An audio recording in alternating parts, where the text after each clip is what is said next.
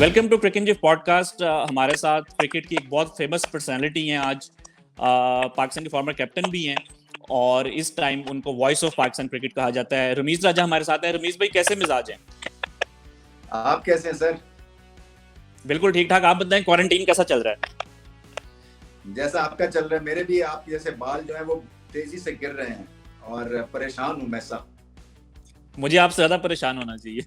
नहीं, ये सबके लिए एक चैलेंज है मजर, इसलिए कि बात सारी यही होती है कि ध्यान से फूक फूक के कदम रखना है। दरवाजे के बाहर जो है वो मौत आपका इंतजार कर रही है। इसको इस सीरियसनेस के साथ लेनी है, ये बीमारी को, वायरस को। और वही बात है, सोशल डिस्टेंसिंग, एक दूसरे से दूर रहें। ये चैलेंज है अगले 1 महीने में। अगर हमने अपने डिसिप्लिन को कायम रखा तो शायद बेहतर नताज मिलेंगे। अच्छा रमीज भाई, जो पाकिस्तान के क्रिकेटर्स हैं वो तो काफी फिटनेस उनकी चल रही है, ऑनलाइन टेस्ट भी उनके हो रहे हैं, तो कमेंटेटर्स कैसे पास कर रहे हैं अपना टाइम क्वारंटीन में? क्वारंटीन में जो शादीशुदा हैं वो बीवी की गालियां सुन के गुजार रहे हैं, और बाकी जो गैर शादीशुदा हैं वो मेरे ख्याल में ज्यादातर सोशल मीडिया के ऊपर बिजी हैं। अच्छा अच्छा, तो रमीज भाई, अभी जो सिचुएशन चल रही है क्रिकेट को आप कैसा देखते हैं? आपको लग रहा है कि हमें कुछ क्रिकेट देखने को मिलेगी इस साल? तब्दीली के साथ मजर, मैं समझता हूँ कि ये फॉरएवर एक तरह से जो हमारी सोसाइटी पे असरात हैं या फैंस के ऊपर असरात हैं या स्पोर्ट्समैन के ऊपर असरात हैं, वो बहुत मुद्दतों तक रहेंगे इस कोरोना वायरस के। इसलिए कि एक बड़ा ही हम्बलिंग एक्सपीरियंस है, बड़ा ग्राउंडिंग एक्सपीरियंस है। क्योंकि वो जो फन्ने खानी समझते हैं ना स्पोर्ट्समैन, खास तौर पे कि मैं बहुत बड़ा प्लेयर हूँ, मेरे से पंगा ना लिया जाए, वो जब मौत को सामने से देखते हैं तो वो फिर मेरे ख्याल से ये संभलने का भी वक्त है और सोचने का भी वक्त है। और मेरे ख्याल से उस ड्रेसिंग रूम में अब सारे जो है इस हम्बलिंग एक्सपीरियंस के बाद जो है उनका एटीट्यूड भी मुख्तलिफ होगा, ज्यादा ह्यूमेन होंगे। फैंस की जो तकदीरें हैं वो बदल गई हैं। मुझे नहीं लगता फैंस जो हैं इतनी जल्दी से स्पोर्ट्स स्टेडियम्स में आ सकेंगे, क्योंकि ये वबा ही ऐसी है कि सोशल डिस्टेंसिंग ही अगर इसका एक नतीजा है और इसी तरह से इस पे काबू पाया जा सकता है, तो पता नहीं बिहाइंड क्लोज डोर्स ही मैचेस हो इनिशियली पहले 2-3 महीने, जब तक कि एक पर्टिकुलर कंट्री की रुख जो है इसको बीट करने के लिए वो कुछ समझ में आती है। तो मुश्किल काम है। जैसे मैंने अपने वीडियो में भी बताया था, एनालिसिस जो मैं करता हूँ अपने यूट्यूब चैनल के ऊपर, कि वो जो सेल्फी मोमेंट्स हैं वो शायद खत्म हो जाए, आपके स्टेडियम्स की कैपेसिटी कम हो जाए, क्योंकि एक सीट छोड़ के एक फैन को बिठाने की जरूरत हो जाए शायद।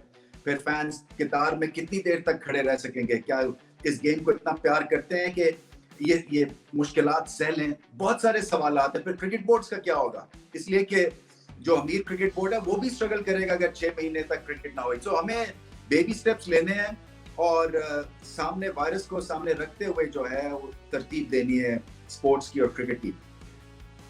अच्छा रमीज भाई, इस टाइम एक काफी इंटरेस्टिंग डिस्कशन चल रही है कि जो बॉलर्स हैं, अब कहा जा रहा है जी कि इसके बाद क्योंकि वो अपना जो जिस तरह से वो पहले पॉलिश करते थे बॉल को, उस तरह नहीं कर सकेंगे, तो बॉल टेम्परिंग को लीगल कर दिया जाए। इसके ऊपर आपकी क्या टेक है? देखिए, बहुत जल्दी है ये चीजों के ऊपर पहुंचना। मुझे ऐसा लगता है कि जो आप प्लेयर्स खेलेंगे एक्सपेक्टेड यही है कि वो सब सेहतयाब प्लेयर्स हैं, वो कोरोना वायरस नहीं है उनको, मगर फिर वो डर भी लगा रहता है कि जिसको कोरोना वायरस नहीं भी है वो दूसरे को दे सकता है। सो ये वो डबल एज सोर्ड है कि क्या करें फिर, क्योंकि अगर रिवर्स स्विंग चलेगी इस गेम से तो गेम बड़ी फीकी हो जाएगी, खासतौर पे सब कॉन्टिनेंट में जहाँ पिचेस बिल्कुल फ्लैट होती है टेस्ट क्रिकेट में। और जब तक गेंद रिवर्स नहीं होता, टेस्ट क्रिकेट का मिडिल सेशन या मिडिल पीरियड जो है वो देखने का मजा ही नहीं आएगा, वन साइडेड हो जाएगा। और हम बात हमेशा कर रहे हैं balance between bat and ball की।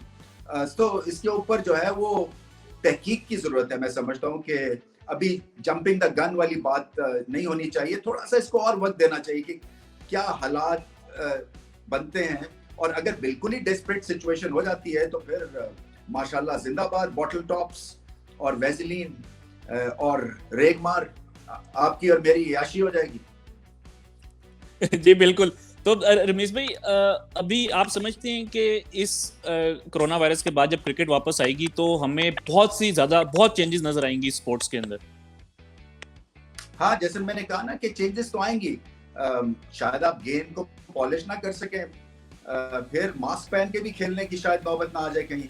अंपायर्स की किट क्या होगी, प्लेयर्स जो हैं वो हाई फाइव्स जो होते हैं वो ना कर सके विकेट लेने के बाद, या कोई भी सेलिब्रेशन जो है वो म्यूटेड होंगे इस लिहाज से कि जो और मेरे ख्याल से अच्छा भी है इसलिए कि बहुत ज्यादा ओवर द टॉप भी आजकल की जो यंगर जनरेशन है ना वो माइलस्टोन अचीव करने के बाद जो है ना वो भरपूर इजहार करने के समझती है कि उनका हक है। शायद मेलो किस्म की सेलिब्रेशन शायद क्रिकेट को चाहिए थी। तो जैसे कहते हैं ना ये अर्थ को एक पॉज चाहिए था, इसी तरह से शायद स्पोर्ट्समैन को भी एक पॉज चाहिए था कि अपने आप को इंट्रोस्पेक्ट वो कर सके कि कहाँ पे वो ज्यादा चीजें कर रहे थे। और तो मतलब है मुझे तो समझ नहीं आ रही कि आगे किस तरह से जाएंगे हम, और ये इस एहतियात को सामने रखते हुए मेरे ख्याल में रूल्स रेगुलेशंस, मैं तो ये भी कहता हूँ कि अगर आप बॉल को सलाइवा यूज नहीं कर सकते हैं या उसको स्वेट यूज नहीं कर सकते तो पिचेस को छोटा कर दें, थोड़ा सा 20 गज की कर दें, 21 गज की कर दें कि कुछ तो बॉलर के लिए बचाए ना आप थोड़ी सी स्पेस। अच्छा रमीज भाई, आपको याद होगा अभी आप साउथहैम्पटन में भी थे जब पाकिस्तान का एक वहां पे वनडे मैच हुआ था, तो आपने ट्वीट भी किया था कि आपने होटल के रूम से कमेंट्री की है फर्स्ट टाइम। तो अब ये बातें हो रही हैं कि इस तरह के जो ग्राउंड्स हैं उनकी बहुत ज्यादा वैल्यू हो जाएगी कि जिसके अंदर होटल्स जो है ग्राउंड के अंदर हैं। और अब बात हो रही है कि इंग्लैंड में हो सकता है कि इस तरह के ग्राउंड से वो पूरा अपना सीजन शायद हो सकता है कि 3-4 मैचेस वो वहां पे ही खेलें। तो आप समझते हैं कि इन फ्यूचर इस तरह की जो फैसिलिटीज होंगी उनकी वैल्यू ज्यादा हो जाएगी? हाँ मजर मेरा मेरा मकसद है इस तरह से आउट ऑफ द बॉक्स कोई सिचुएशन सामने लाने की जरूरत है। जो तो क्रिकेट बोर्ड्स ये अफोर्ड कर सकते हैं वो जरूर करेंगे। मैं समझता हूँ देखें फिर वही बात होती है कि कितनी देर तक एक जगह पे हम 5 टेस्ट मैच करा लेंगे, जैसे एडिलेड में कराने की बात हो रही है भारत के खिलाफ ऑस्ट्रेलिया ने, के जो थिंक टैंक है वो ये सोच रहे हैं कि एक ही जगह पे वो फिर जल्दी करने की बात है कि चलो कुछ ना कुछ हमारे पैसे बन जाएंगे। क्रिकेट अगर बैक बर्नर पे भी थोड़ी तरह चली जाती है और वो पूरा हम माहौल नहीं दे सकते हैं फैंस को तो कोई बात नहीं है, क्योंकि ये बड़े अनयूजुअल सर्कमस्टांसेस हैं। सो पता नहीं कितनी देर तक ये चीज चल सकेगी, क्योंकि वही बात है कि जैसे टेनिस में आपके जो छत वाले स्टेडियम्स हैं या जहाँ पे होता है विंबलडन है या आई थिंक यूएस ओपन में छत पड़ती है, हर कोई अफोर्ड नहीं कर सकता है ऐसी लग्जरी। सो ये देखना पड़ेगा कि फिर जब घर में भी क्रिकेट होनी है और एशियन क्रिकेट बोर्ड्स इतने ज्यादा मासवा इंडिया के इतने ज्यादा कोई फल फूल नहीं रहे हैं तो क्या चीजें वो कर सकते हैं। ये ग्राउंड रियलिटी जब सामने आएगी तो फिर ही आपको इसका अंदाजा होगा। अच्छा रमेश भाई, थोड़ी सी अगर पीएसएल की बात करें तो आपने कमेंट्री में भी इस चीज़ का जिक्र किया था कि इस बार हमें पिचेस की क्वालिटी बहुत अच्छी देखने को मिली थी, स्पेशली पिंडी में। तो आप ओवरऑल आप कैसा समराइज करते हैं इस पीएसएल को? पीएसएल अच्छी थी, एंगेजिंग थी और पाकिस्तान में पहली दफा पूरी तरह से लॉन्च हुई थी, इसका मजा ही अलग था। इसलिए कि फैंस थे, मैं तो पिंडी में मैचेस किए सारे और बहुत सर्दी थी मगर और बारिश भी हो रही थी, तो इस लिहाज से ग्राउंड स्टाफ को बहुत दाद देने की जरूरत है क्योंकि उन्होंने फिर भी बहुत ही मुश्किल कंडीशंस में मैचेस करवाए और पिच जो है वो बिल्कुल भी एक स्पॉट वहां पे ऐसा नहीं था कि जिसपे बारिश की वजह से कवर्स के थ्रू जो है वो पानी सीप कर गया। सो हालांकि हम इतने ज्यादा यूज टू नहीं है जैसे कि श्रीलंकन है फॉर एग्जांपल, वहां पे ग्राउंड स्टाफ को पता है क्योंकि वहां बहुत बारिश होती है। यहाँ पे ये अनयूजुअल एक वेदर फ्रंट से झेलना पड़ रहा था और बहुत अच्छा काम किया उन्होंने, और पिच में बाउंस था, तेजी थी और फ्रेशनेस थी, जो कि मुझे बहुत भाई, इसलिए कि मैं हमेशा समझता हूँ कि जब तक पिचेस ठीक नहीं होंगी आपका जो इवेंट है वो कामयाब नहीं होगा। और वैसे भी इंकरेजमेंट के लिए भी, शॉट मेकिंग के लिए आपको बाउंस चाहिए, स्पिनर को भी बाउंस चाहिए, फास्ट बॉलर को तो चाहिए ही चाहिए बाउंस। सो क्राउड्स की वजह से और जिस तरह से एक दो सेंटर्स के ऊपर पिचेस थी, पीएसएल जो है वो मैच शानदार गया मेरे ख्याल से। स्काई इज द लिमिट, और अगर वो एंड इसका इस तरह से ना होता नजर लगी, मैं तो हमेशा ये कहता हूँ क्योंकि वो टेक ऑफ पोजीशन पे था सब कुछ और फिर कोरोना ने वार कर दिया, तो मैं समझता हूँ कि अगला साल इससे भी ज्यादा अच्छा होगा। तो रमेश भाई, अभी जो बातें हो रही हैं कि मुल्तान को विनर डिक्लेयर कर देना चाहिए, या आप समझते हैं कि जो प्लेऑफ्स हैं वो होने चाहिए? देखिए जो टॉप पे टीम है वो तो चाहेगी कि वो विनर हो, और उन्होंने थ्रू आउट द सीजन जो है बड़ी कंसिस्टेंट परफॉर्मेंस दिखाई है। सो इस लिहाज से उनका हक जरूर बनता है, मगर फिर वही बात है कि आप दूसरी टीम जब ठीक तरह से पीक कर रही है तो उनकी क्या गलती है। ये ऐसे ही है कि वर्ल्ड कप 92 में जो है वो हम जब पीक कर रहे थे तो सडनली जो है वो आप फाइनलिस्ट किसी और को ठहरा देते कि जी नहीं वो क्योंकि बारिश हो गई या जो भी सर्कमस्टांसेस की वजह से ये हमने डिसीजन लिया। सो मैं ये समझता हूँ कि मैचेस होने चाहिए। हालांकि मुल्तान की बहुत अच्छी परफॉर्मेंस थी, मगर वही बात है, बदमजगी नहीं होनी चाहिए, फेयर एक चांस मिलना चाहिए और प्रॉपर होना चाहिए, जैसे कि वो 1 वर्सेस 2 और वो जो पहले से जिस तरह से किया हुआ था इसका जो सिस्टम था PSL का मैचेस का, जो नंबर 1 स्पॉट की टीम है वो नंबर 4 से खेले और फिर एक और चांस मिलेगा नंबर 1 की टीम को। आई थिंक अगर हम वैसा करवा सकें एक छोटे सी विंडो में तो बहुत अच्छा है इसका। अच्छा रमेश भाई, इस PSL से कुछ नए टैलेंट आपको सामने नजर आते हुए दिखाई दे रहे हैं? इस तरह काफी नए प्लेयर्स भी थे, हैदर अली वगैरह इनमें से। हाँ नहीं, अच्छे आए हैं। फास्ट बॉलिंग का टैलेंट बहुत अच्छा था, 3-4 तेज तरीन फास्ट बॉलर्स मिले हैं। एक लेफ्ट आर्म आकिफ भी बहुत अच्छा है। इसी तरह से लाहौर कलंदर्स के 2-3 मेजर फास्ट बॉलर्स रहे इस टूर्नामेंट में, जिन्होंने इस टूर्नामेंट को 4 चांद लगाए बिकॉज ऑफ वैरायटी। ठीक है, रन्स पड़ गए होंगे उनको, मगर होराइजन पे और ये जो टेपेस्ट्री पे जो है क्रिकेट की पाकिस्तान की, बहुत अच्छा टैलेंट आया है। आपने हैदर अली की बात की, इसी तरह से खुशदिल बहुत अच्छी, उनमें भी टैलेंट है, एबिलिटी है, सीधी हिट बड़ी अच्छी मारते हैं। सो बुरा नहीं था as far as finding new talent was concerned। अच्छा रमेश भाई, इस टाइम पाकिस्तान के जो करंट फास्ट बॉलिंग रिसोर्सेज हैं उनको आप कैसा देखते हैं?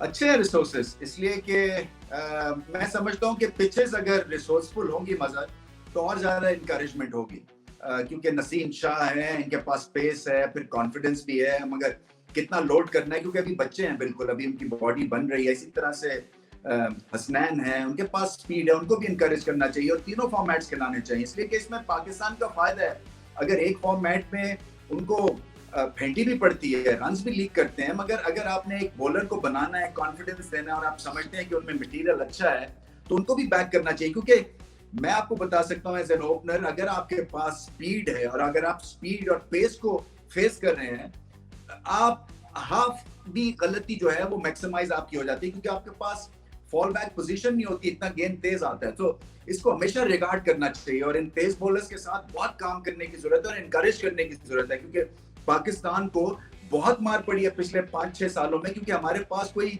टेयर अवे फास्ट बॉलर इस तरह का प्रोड्यूस नहीं हुआ। अब सडनली कबर्ड जो है वो भरी हुई दिख रही है।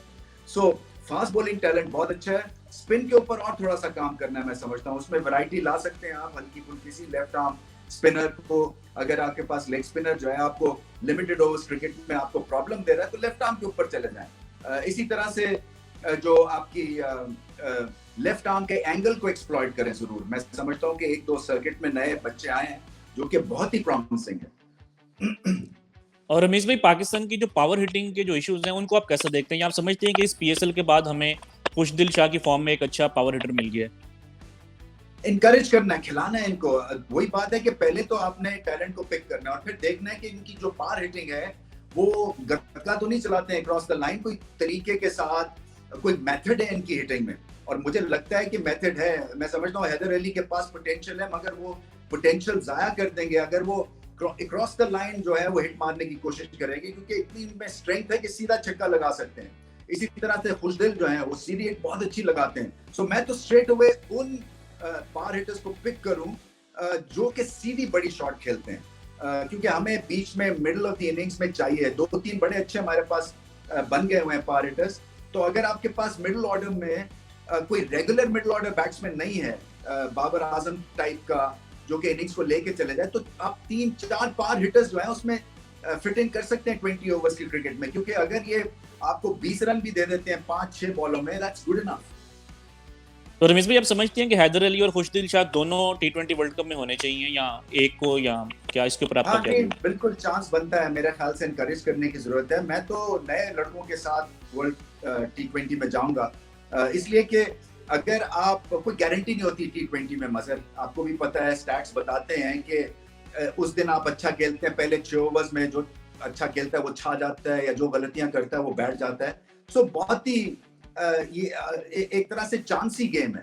सो अगर आपने चांस ही लेना है और कोई गारंटी नहीं है कि आप वर्ल्ड कप जीत जाएंगे, क्योंकि किसी की भी नहीं है, तो आप might as well blood in करें 4-5 यंग प्लेयर्स जो कि आपको अगले 5-7 साल तक ये काम दे सकें। अच्छा रमेश भाई, अब क्योंकि आजकल क्वारंटीन चल रहा है तो बहुत से लोग पुरानी वीडियोस और फुटेज निकाल रहे हैं, और रिसेंटली एक आपकी इनिंग सामने आई थी जिसमें आपने नेहरू कप के सेमीफाइनल में एक बड़ी जबरदस्त इनिंग्स खेली थी। आई थिंक पाकिस्तान ने 180 चेज करना था 30 ओवर्स में। तो रमेश भाई, उस इनिंग्स की और उस टूर्नामेंट की, नेहरू कप की क्या मेमोरीज हैं? देखिए मजहर, मुझे याद पड़ता है हमने बड़ी कंप्लेंट की थी जब हम सेमीफाइनल खेल रहे थे क्योंकि थक गए थे। सबसे ज्यादा ट्रेवल हमने किया था एज अ क्रिकेट टीम उस नेहरू कप में। मेरे ख्याल में हमने काउंट किया था कोई 10 से 15 हजार मील का सफर हमने विद इन इंडिया तय किया था, एक एंड से दूसरे एंड, दूसरे एंड से दूसरे एंड। और मतलब मेरा कि फ्लाइट्स ले लेके पागल हो गए थे। एक तो मुझे वो चीज बड़ी अच्छी तरह से याद है। दूसरा, ये जो मैच की आपने बात की, ये मैच नहीं मैं खेलना था, ये वो इंजी वाला हिसाब था मेरा 92 वर्ल्ड कप सेमीफाइनल में, कि सारी रात मैं वॉमिटिंग करता रहा था। और सलीम यूसुफ मेरे रूममेट थे, तो वो भी बेचारे परेशान थे, तो मैं एक्सक्यूज करता था, अंदर जाता था, वॉमिट करके आता था, बुखार सब था। और सुबह मैं ऐसे था कि बैट नहीं उठाया जा रहा था। मगर होता कई दफा क्रिकेट में ये कि जब आप अपने आप से सबसे लीस्ट एक्सपेक्ट कर रहे होते हैं, तब आप बहुत ही अच्छी परफॉर्मेंस दे जाते हैं। इंजी की एग्जांपल आपके सामने है, मैं भी आपको ये एग्जांपल कोट करके दे रहा हूँ क्योंकि वो नथिंग टू लूज वाली होते हैं। आप कहते हैं बस कि क्या मैं फंस गया हूँ, तो मैं एक शॉट इधर मारी, एक शॉट उधर मारी, तो लगती गई। तो और फिर एक जज्बा था, इसी एनवायरनमेंट बन जाती है जीतने की। ये बड़ी इंपॉर्टेंट है। पाकिस्तान को ये समझने की जरूरत है कि टैलेंट ऑन इट्स ओन बिल्कुल बेकार है अगर आपकी विनिंग एनवायरनमेंट नहीं होगी, अगर आप अपने आप को बैक नहीं करेंगे और क्रिकेट को आप समझेंगे नहीं और इसको सोते जागते जो हैं इसके बारे में बात नहीं करेंगे। आई थिंक हमारे यहाँ बहुत कम क्रिकेट की बात होती है, और अगर होती भी है टाइम्स तो बड़ी नेगेटिव होती है। आई थिंक अपने आप को जी अप करना है, अपने आप को बैक करना है। और वो वीडियो बड़ी देर, इसलिए वो अच्छी वीडियो वो मैंने अपने ट्विटर पे भी डाली, थैंक्स टू यू, क्योंकि वो आपके दोस्त ने मुझे आगे फॉरवर्ड की थी, क्योंकि वो इस तरह से ठीक लगती है क्योंकि आपकी गलतियां कम दिखती हैं उसमें, और क्योंकि आप चौके और हिट्स ही लगा रहे होते हैं। मगर वो जज्बा बहुत था उस नेहरू कप में। अच्छा रमेश भाई, मैं उस टाइम के जो स्टैट्स है उनको देख रहा था फ्रॉम 1985 टू 1995, और डेस्मंड हेन्स और गॉर्डन ग्रीनिच जो कि उस टाइम शायद दुनिया के दो बेस्ट ओपनर्स थे, उनका भी जो स्ट्राइक रेट है वो 60s में था। तो आप कैसा कंपेयर करते हैं उस वक्त की वनडे क्रिकेट को और आज की वनडे क्रिकेट को? मतलब वो इसी वहां पे 250 देखे, वर्ल्ड कप 92 250 करके जीत गए थे, तो वो एक तरह से एक्सपैंड अपनी रेंज जो थी उस हिसाब से नहीं करती थी। कुछ क्रिकेट में एक तरह से गिवन थी कई चीजें। मासवाय विव रिचर्ड्स के उसी टीम में जहां हेन्स और ग्रीनिच खेलते थे, विव रिचर्ड्स का स्ट्राइक रेट आपको पता है कि बहुत ही शानदार था। मगर विव रिचर्ड्स एक ही तरह का एक ही बैट्समैन पैदा हुआ है, तो उसको कोई कॉपी भी नहीं कर सकता था क्योंकि उनकी जो टैलेंट था वो बेपनाह आउटस्टैंडिंग था। तो हमारा यही होता था, और उस वक्त था कि आपने पहले प्लेटफॉर्म सेट करना है, आउट नहीं होना, और ओपनर ने 50 ओवर खेलना है। अगर ओपनर ने 50 ओवर खेल लिए, 100 रन भी कर दिए, तो बाकी आके आपकी टीम को 300 रन या 270 तक पहुंच जाएगा, जो कि एक विनिंग टोटल था। सेमीफाइनल जो 92 वर्ल्ड कप का था, जब 260-63 किया न्यूजीलैंड ने, तो हम ये समझ रहे थे ये इम्पॉसिबल है हमारे लिए चेस डाउन करना। आजकल 260 जो है वो 20-25 ओवर्स में हो जाता है। सो वो हम मेरे ख्याल से थोड़ा सा झिझकते थे, या वो माहौल ही ऐसा था जहां पे आपको रोलिंग शॉट्स, जहां पे चौके, जहां पे कंजर्व, जहां पे डर डर के बच के खेलना, और किसी तरह से। और पाकिस्तान की तो अप्रोच ये थी कि बस 250 कर लो, बॉलिंग हमारी पकड़ लेगी। सो हम पे उस तरह का प्रेशर भी नहीं था। बड़ा सिंपल सा ब्रीफ, बड़ा क्लियर था। आई थिंक जो कप्तानी है या जो आपका थिंक टैंक है, उसकी सबसे इंपॉर्टेंट चीज ये है कि प्लेयर्स का ब्रीफ डिफाइंड हो और क्लियर कट हो। आपको पता हो कि आपसे क्या एक्सपेक्टेड है और आपने वो करना है। जैसे कि चाइनीज वर्कर है ना, या कोरियन वर्कर है, वो ब्लिंकर्स ऑन करके और वो काम करते हैं। वो ये नहीं देखते हैं कि वो क्या, दूसरा क्या कर रहा है और तीसरा क्या कर रहा है, और मुझे कम है, मेरे पास काम और उसके पास ज्यादा है। उनको एक जॉब दिया हुआ है और जॉब फॉलो करनी है, जो कि इमरान के नीचे बड़ा क्लियर कट डिफाइंड रोल होते थे सबके, जिसकी वजह से हम जीते भी बहुत। अच्छा रमेश भाई, आप पाकिस्तान की बहुत से जो हिस्टोरिक मोमेंट्स हैं वो आप उन मैचेस में खेले हैं, जैसे नेहरू कप है, वर्ल्ड कप है, लेकिन एज ए कमेंटेटर आपके जो बेस्ट मैचेस हैं वो कौन से हैं?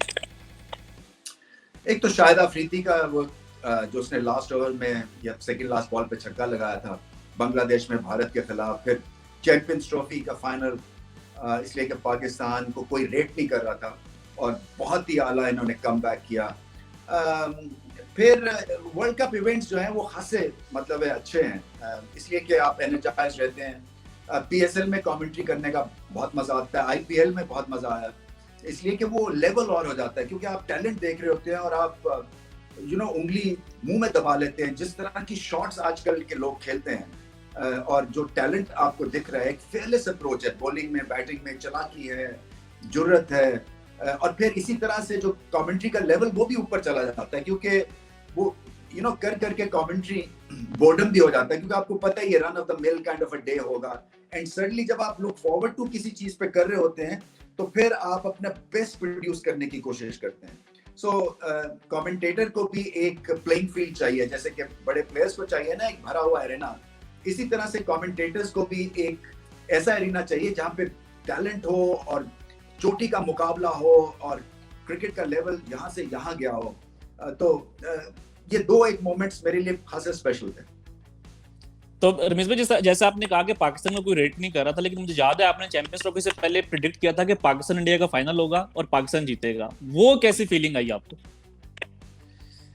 देखिए, फीलिंग मुझे कहा गया जी कि आपकी प्रिडिक्शन क्या है, तो मैंने सारों की एक बड़ी ऑब्वियस सी प्रिडिक्शन चल रही थी, जो फेवरेट टीम्स थी उन्हीं को बैक कर रहे थे। सो मैंने कहा ये 50 ओवर्स का मुकाबला है, यहाँ पे कुछ भी हो सकता है, ये इतना ज्यादा। और कई दफा तो है कि आपका दिल की एक जो समझते हैं ना कि मुझे इस टूर्नामेंट में आया हूँ तो मुझे क्या चाहिए at the end of the tournament, final किसका होना चाहिए। और हमेशा से ये बिग टिकट जिसको कहते हैं मैचेस हैं इंडिया और पाकिस्तान के। सो मैंने प्रिडिक्ट किया और वो इनिशियली तो यही था कि मैं, सब लोग हंस रहे थे जब मैं ये करके आया ना प्रिडिक्शन, तो मुझे कह रहे थे you must be joking, are you mad. तो मैंने कहा नहीं यार, मुझे ये लगता है तुम जो मर्जी कहो, मैं तो बैक कर रहा हूँ और मुकाबला होगा पाकिस्तान और इंडिया का। और जब मुझे पिक करना था तो मजर मैं भारत तो नहीं पिक कर सकता था जी। अच्छा रमीज भाई, आप बहुत अरसा आपने टाइम गुजारा इमरान खान के साथ, जब वो कैप्टन थे, तो आई थिंक दुनिया के जो बेस्ट कैप्टन हैं उनमें उनका नाम आता है। तो आपके नज़र में वो क्या चीज़ है इमरान खान के अंदर जो कि उनको यूनिक करती है दूसरों से, और क्या वजह थी कि वो इतने सक्सेसफुल लीडर थे? इतने से टैलेंट को यहाँ पे खड़ा करके ला देते थे, एनकरेज करके, फिर उस टैलेंट पे काम करते थे। ये बड़ा ज़रूरी है कि अगर जो एंगेज किया है आपने टैलेंट, उसको आप फेल ना होने दें। और ये एक बहुत बड़ी क्वालिटी है, और ये वही कर सकता है जिसको क्रिकेट की समझ हो, जिसकी आई फॉर टैलेंट हो, जिसकी नीयत साफ हो, जो चाहता हो कि टीम जीते। और रूथलेस अप्रोच थी, क्योंकि मुझे याद है एजाज फकी ने 86 के टूर के ऊपर अहमदाबाद में सेंचुरी की और 2-1 विकेट्स भी ली। बेंगलोर में हम लास्ट टेस्ट मैच खेलने जाते हैं और एजाज फकी नहीं खेलते हैं, और आप एक नई टीम उतार देते हैं जिसमें सलीम जाफर होते हैं, जो कि शायद पूरे मैच में 1 ओवर करते हैं या 1 ओवर भी नहीं करते हैं उस पिच के ऊपर। सो ये क्या, ये नियतों का और एक स्ट्रॉन्ग लीडरशिप की आपको एक झलक नजर आती है, जिनको क्रिकेट की समझ है, जो कि डिसीजन लेने से घबराते नहीं है। क्योंकि दिल तो टूटा होगा आई एम श्योर एजाज फकी का, क्योंकि 100 रन करके किसी को बाहर बिठा देना एक बहुत बड़ा स्टेप होता है, क्योंकि आप 10 दफा सोचते हैं कि क्या मैं उस लड़के के साथ ठीक कर रहा हूँ। मगर अगर आपका मोटिव और प्रिंसिपल ये है कि टीम को जीतना चाहिए, तो ये फिर सारे जो है वो उस मिशन के लिए जो है वो कितार बांध के खड़े हो जाते हैं और लड़ते हैं उस मिशन को अचीव करने के लिए। क्योंकि जो टारगेट है वो है जीतना। टारगेट ये नहीं है कि 100 किया है या 50 करना है मुझे, या एवरेजेस बढ़ानी है। सो ये भी बड़ा इंपॉर्टेंट चीज है, क्योंकि मैं जब अपनी क्रिकेट को उसका जायजा लेता हूँ तो मुझे कभी ये टारगेट नहीं दिया गया था कि जाके तुमने 100 करना है। टारगेट होता था पहले 15 ओवर्स में क्या मेरा जॉब है, या इस पिच के ऊपर अगर खड़े होना है तो फिर एंड तक खेलना है। सो पॉइंट ये कहने का कि वो इफेक्टिव परफॉर्मेंसेस फिर होती हैं, फिर हर कोई परफॉर्म करता है और टीम के लिए खेलता है। सो ये बहुत बड़ी एक, फिर मुझे याद है श्रीलंका के खिलाफ फैसलाबाद में मैच था, मैं कई जगह कोट भी कर चुका हूँ कि जावेद मियांदाद को 280 नॉट आउट पे इमरान खान ने इनिंग्स डिक्लेयर कर दी थी इंडिया के खिलाफ 81-82 की सीरीज में, जो कि जावेद मियांदाद को शायद अभी भी उनका दुख उस चीज का हो, क्योंकि 300 हो रहा था, फिर 365 का उस वक्त गैरी सोबर्स का रिकॉर्ड था, वो भी शायद तोड़ देते। मगर पाकिस्तान वो टेस्ट मैच जीता और शायद एक दिन पहले ही जीत गया। फिर उसके बाद इमरान खान ने बात बताने के लिए कि team goals are bigger than individual performances, Sri Lanka के खिलाफ फैसलाबाद में, शायद आप तो स्टैट्स के माहिर हैं, आप देखिएगा कि शायद 92 पे या 96 पे इनिंग्स डिक्लेयर कर दी थी जी 93 पे, and he is the only captain to do it. हाँ, सो मतलब ये प्रूव करना था कि ये जो माइलस्टोन्स हैं ये इममटीरियल है, हमारा टारगेट है मैच जीतना। और मैं ये चाहता हूं कि आजकल की पौध इस चीज को समझें, क्योंकि बात बहुत सारे लोग करते हैं हमारी क्रिकेट की पास्ट ग्लोरी की, और मुझे अफसोस भी होता है इसलिए कि अगर हम पास में रहते रहेंगे तो हम इम्प्रूव नहीं करेंगे, हमें प्रेजेंट अपना जो है वो ठीक करना। मगर अगर आपको हिस्ट्री नहीं, उससे आप सबक नहीं लेंगे तो आप आगे नहीं बढ़ सकेंगे। गलतियां भी हिस्ट्री से आप सीखते हैं और अच्छाइयां भी सीखते हैं। सो मैं समझता हूं कि हमारे ग्लोरियस रन था वो जो 7-8 साल का, जिसमें हमने हर टीम को उनके घर में जाके शिकस्त दी थी, और उसका मकसद और उसका कारनामा अंजाम जो हमने दिया है वो ये था कि इंडिविजुअल परफॉर्मेंसेस नहीं थी, टीम परफॉर्मेंस जो थी वो कंट्रीब्यूट करती थी हमारी इज्जत बनाने के लिए। और अगर जब टीम जीतती है तो आपकी इज्जत खुद ही हो जाती है। आपका जो 0 का स्कोर भी है ना, 0 भी जो है वो हाईलाइट नहीं होता अगर आप जीत जाते हैं। सो इनको ये समझना आजकल की पौध को कि इंडिविजुअल माइलस्टोन्स इममटीरियल है अगर आपकी टीम का अच्छे नाम से जिक्र नहीं होगा। अच्छा रमीज भाई, आपको आजकल के दौर में आपको क्या लगता है कि जो बेस्ट कैप्टन है वो कौन है? विराट कोहली। विलियमसन भी मुझे पसंद है। विलियमसन इसलिए मुझे पसंद है क्योंकि वो टाइट मैचेस में शानदार कप्तानी करते हैं और अपने जो भी उनके लिमिटेड रिसोर्सेज है ना उनका बेहतरीन इस्तेमाल करते हैं, और एक तो ओवर द टॉप नहीं है, सो उनका टेम्परामेंट शानदार है। मगर अगर पाकिस्तान या कोई भी एशियन टीम के साथ वो हुआ होता जो उनके साथ वर्ल्ड कप फाइनल में हुआ है, तो फैंस ने कुर्सियों को आग लगा देनी थी। इन्होंने सेरेमनी में आना नहीं था, क्योंकि इतनी बड़ी ज्यादती के बाद भी क्या जबरदस्त उनका एक कैरेक्टर देखा विलियमसन का, जिसकी वजह से उनकी इज्जत हुई। इसलिए सब उनको इज्जत की निगाह से देखते हैं। और अभी छोटी उम्र है मगर उनका जो डीएनए है वो बड़ा ही स्ट्रांग है और बहुत ही अच्छी एनवायरनमेंट के वो उभर के आए हैं। और आप पता चलता है कि वैल्यू सिस्टम क्रिकेट में न्यूजीलैंड में कितना शानदार है। और मैं चाहूंगा कि पाकिस्तान का भी कप्तान जो है ये ऐसी एग्जांपल से सीखे। बट ओवरऑल विराट कोहली ने इंडियन क्रिकेट का नक्शा ऑफ लेट बदल दिया अपनी एग्रेशन से। और एग्रेशन बिल्कुल वो वैसा नहीं है फजूल किस्म का, उसके पीछे परफॉर्मेंस है, उसके पीछे टैलेंट है, और अड़ी जो लेते हैं वो किसी बेस के ऊपर लेते हैं। तो मैं समझता हूँ कि उनकी वजह से और तीनों फॉर्मेट में शानदार उन्होंने टीम को खड़ा करके रखा हुआ है। और वो भी उनका भी फलसफा फिलॉसफी यही है कि टीम ने जीतना है, टीम जीतेगी तो फिर सबके नाम होंगे। अच्छा रमेश भाई, हम अक्सर स्टैट्स में देखते हैं कि जी फलां बैट्समैन नंबर 1 के ऊपर है इन टर्म्स ऑफ रन्स या सेंचुरीज, लेकिन अगर मैं आपसे पूछूं कि इस टाइम कौन से ऐसे बैट्समैन हैं जिनको देखने का आपको मजा आता है या जिनके ऊपर आप चाहते हैं कि ये बैटिंग कर रहे हो तो मैं इनके ऊपर कमेंट्री करूं, तो वो कौन से 3-4 ऐसे बैट्समैन हैं जिसको कि आपको देखने का मजा आता है? देखिए अभी भी वो YouTube पे मेरी कमेंट्री मौजूद है मजर, विराट कोहली और AB डिविलियर्स IPL में इनकी पार्टनरशिप शायद 200 रन की हुई थी बैंगलोर में। और वो मेरी, आपने पूछा ना कि कौन कौन से हाईलाइट है मेरी कमेंट्री का, वो बैटिंग हाईलाइट थी मेरे लिए।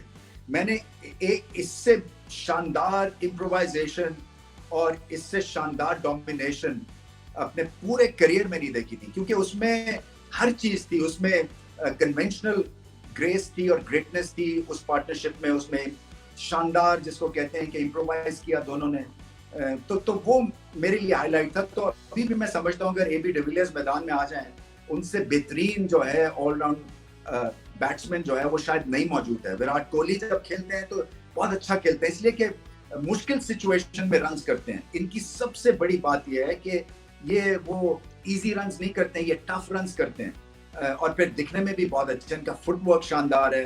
ये मुकाबले को हेड ऑन लेते हैं और करके देते हैं जब जरूरत होती है। तो ये दो एक बहुत अच्छे हैं। इसके बाद बाकी हैं मगर वो इनसे थोड़े से नीचे हैं। मतलब है शर्मा जो हैं वो इस वक्त जो है वो रोल्स रॉयस है मेरे हिसाब से, रोहित शर्मा। उन जितना ग्रेसफुल प्लेयर कोई नहीं है। सो अगर मुझे पैसे दे के देखना पड़ेगा तो मैं इन 3 बैट्समैनों को जरूर जाके देखूंगा। रमेश भाई, बस लास्ट क्वेश्चन ये कि इस साल T20 वर्ल्ड कप भी है, एशिया कप भी है, अभी हमें नहीं पता कि क्या सिचुएशन होगी, लेकिन होपफुली हमें कुछ क्रिकेट देखने को मिलेगी। तो अगर T20 वर्ल्ड कप होता है तो आप पाकिस्तान को किधर देखते हैं उसमें? मैं पाकिस्तान को देखिए, अगर पाकिस्तान ने सही हिकमत अमली दिखाई सबसे पहले सिलेक्शन में, फिर उसके थिंक टैंक जो है उनको समझ हो कि ऑपोजिशंस को हराने के लिए किस तरह का प्लेइंग 11 चाहिए, और फिर आपको बैक करना है, छोटे प्लेयर्स को बड़ा प्लेयर बनाना है, क्योंकि ये एरिना बहुत बड़ा होता है। मैं समझता हूँ कि चैलेंज ही यही है कि आपका निचोड़ है वर्ल्ड कप। जितनी भी आपने बाकी परफॉर्मेंसेस दिखाई हुई हैं बायलैटरल सीरीज में, वो बेमानी हो जाती हैं अगर आप वर्ल्ड कप में स्कोर नहीं करते हैं। सो एक तो डर और खौफ को दबा के रखना है, और ये सोचना है कि हम ग्रेट प्लेयर बन सकते हैं एक 15 दिन की परफॉर्मेंस से। सो अपने माइंड को ट्रेन करें टू बिकम ग्रेट, और टारगेट करें कि हमसे बेहतर कोई टीम नहीं है। अब साइकोलॉजिकल एक वॉरफेयर भी होती है, अपने आप से लड़ना पड़ता है यहाँ पे, और टेक्निकल एक लड़ाई भी होती है कि आपको ऑस्ट्रेलिया में कौन सी लेंथ पे बॉल आएगी और किस तरह से उसको झेलना है, और वेपन्स क्या हैं। जो टॉप की 3 दुनिया की T20 टीम्स हैं, उनके वेपन्स क्या हैं, और उन वेपन्स को नलिफाई, न्यूट्रलाइज करने के लिए हमारे पास क्या रिस्पॉन्स है। मैं अभी से आपको बता सकता हूँ कि भारत जो है वो स्पिन के थ्रू पाकिस्तान को डोमिनेट कर सकता है मिडिल ऑफ द इनिंग्स में, क्योंकि यादव भी है उनके पास और कुलदीप भी हैं। सो हम जैसे ही यहाँ पे गेंद कोई रिस्ट वर्क पकड़ना हो बल्लेबाज को, हम स्ट्रगल करते हैं, तो अभी से प्रैक्टिस शुरू कर दें कि ये आपके पास होने लगा। फिर बाउंसर आपको होंगे, उसके ऊपर आपकी क्या हिकमत अमली है। मुझे याद है 88 में हम जब वेस्ट इंडीज गए थे तो गीला बॉल, टेनिस बॉल करके और सिर्फ हुक और पुल की प्रैक्टिस की थी, और यही हमारी ये बहुत बड़ी वजह थी, शायद यही एक वजह थी कि जिससे हम वेस्ट इंडीज से खौफजदा नहीं हुए थे, जबकि दुनिया की बेस्ट फास्ट बॉलिंग थी और 6-6 बाउंसर एक ओवर में आप कर सकते थे। सो आपको पहले से प्रीएम्प्ट करना पड़ेगा कि क्या वहां पे चैलेंजेस हैं, टीम्स को सामने रख के, पिच कंडीशंस को सामने रख के, और फिर अपने प्लेयर्स के साथ माइंड गेम्स भी खेलनी है। और आपके पास हर पोजीशन के लिए एक एक्स्ट्रा प्लेयर और एक कुशन होना चाहिए। कहीं out of the box thinking से सिलेक्शन होगी, कहीं रेगुलर सिलेक्शन होगी, मगर मैं अभी भी समझता हूँ कि पाकिस्तान का चांस अच्छा है। दुनिया की नंबर 1 टीम अभी भी है, चाहे बहुत ज्यादा पांव पे कुल्हाड़ी मारने की कोशिश की गई है कई दफा सिलेक्शन के प्रोसेस की वजह से, but having said that rank number 1 है, और इस रैंकिंग के बेस के ऊपर दूसरी टीम खौफजदा है। पाकिस्तान का नाम आते ही लोग ये कहते हैं कि पता नहीं क्या आज कर जाएंगे। सो वो जो एक अनप्रिडिक्टेबिलिटी का फैक्टर है वो भी अच्छा है, और फिर उसको प्रिडिक्टेबल आपके अंदर खाते बनाना है कि हमें पता है ये 4 हमारे पास बिग स्ट्राइकर्स हैं, ये हर लेंथ के ऊपर पड़ सकते हैं। सो आपने इन पे खास काम करना है, बाउंसी पिचेस। इसीलिए मैं कहता हूँ ड्रॉप इन पिच जो है एक आधी जरूर पाकिस्तान में होनी चाहिए ऑस्ट्रेलियन कंडीशंस को रेप्लिकेट करने के लिए, क्योंकि वर्ल्ड कप बहुत बड़ा इवेंट है, आपकी साथ बनती है, आपकी एडवर्टाइजिंग के लिए बहुत बेहतरीन प्लेटफॉर्म है। पाकिस्तान की क्रिकेट बिकेगी बहुत ज्यादा अगर हम वर्ल्ड लेवल के ऊपर कुछ अचीव करेंगे। मगर वहां जाने के से पहले आपकी अपनी जो एक हिकमत अमली है, प्रैक्टिस है, वो शानदार होनी चाहिए। अच्छा रमीज भाई, एक जो आपने इसमें बात की कि बायलैटरल सीरीज की और वर्ल्ड कप परफॉर्मेंसेस में एक बहुत डिफरेंस होता है, और ऑब्वियसली जो वर्ल्ड कप में जो लोग परफॉर्म करते हैं उनकी परफॉर्मेंस को हमेशा याद रखा जाता है। तो मैं आपका भी रिकॉर्ड देख रहा था कि आपके जो वर्ल्ड कप एवरेज है वो 50+ है, और जो बड़े इवेंट्स है, जो नेहरू कप है, उसमें सेमीफाइनल में 80 रन की इनिंग। तो ये कुछ एक्स्ट्रा मोटिवेशन होती थी जब आप इस तरह के कोई जो जिस तरह वर्ल्ड कप या नेहरू कप है इसमें जाते थे? मोटिवेशन तो होती है मजर, इसलिए कि इवेंट बहुत बड़ा है। खैर ये नहीं है कि इवेंट को सामने रख के आप नर्वस हो जाते हैं, क्योंकि क्रिकेट ऐसे खेली नहीं जाती है। एक दफा मैं नर्वस हुआ हूँ जिंदगी में, तो मेरा पहला वनडे 100 था इंग्लैंड के खिलाफ 87 वर्ल्ड कप में, क्योंकि पहले हमारी फील्डिंग आई और जब मैं लेग स्टंप ली तो मैंने जब इधर उधर देखा तो मैंने इतने लोग अपनी जिंदगी में नेशनल स्टेडियम कराची में नहीं देखे। तो मैंने कहा रमीज राजा अगर पहले बॉल पे डंडा उड़ गया ना तो बड़ी बेइज्जती होनी है।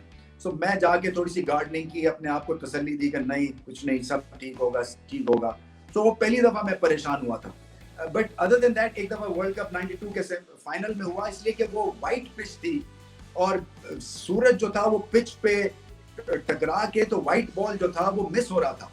तो मैंने जाके बात भी की आमिर सुहेल से, मैंने कहा मुझे तो गेंद ही नजर नहीं आ रहा। सो उस वक्त भी, और खैर मैं जल्दी आउट हो गया, मगर कोशिश यही होती है कि बड़ा इवेंट हो तो आपकी बेस्ट परफॉर्मेंस सामने आए, क्योंकि टीम ये चीज चाह रही होती है फ्रंट लाइन बल्लेबाजों से वो कोई प्लेयर नहीं होता कि जब प्रेशर आप पे हो और स्टेज सजी हो तो फिर आप नोज डाइव कर जाए। इसी वजह से सचिन तेंदुलकर एंड वीरेंद्र सहवाग या विव रिचर्ड्स जो है ये हमेशा याद रहेंगे, क्योंकि बड़े प्लेटफॉर्म के ऊपर ये बड़ी परफॉर्मेंस देते थे। रमीज भाई बहुत बहुत शुक्रिया, आपसे बात करके बहुत अच्छा लगा। Thank you, mother. और होपफुली आपका क्वारंटीन और आइसोलेशन भी अच्छा चलेगा और अनकरीब हम बहुत जल्द मिलेंगे कमेंट्री बॉक्स में। एब्सोल्युटली, इंशाल्लाह। बहुत शुक्रिया। Thank you so much.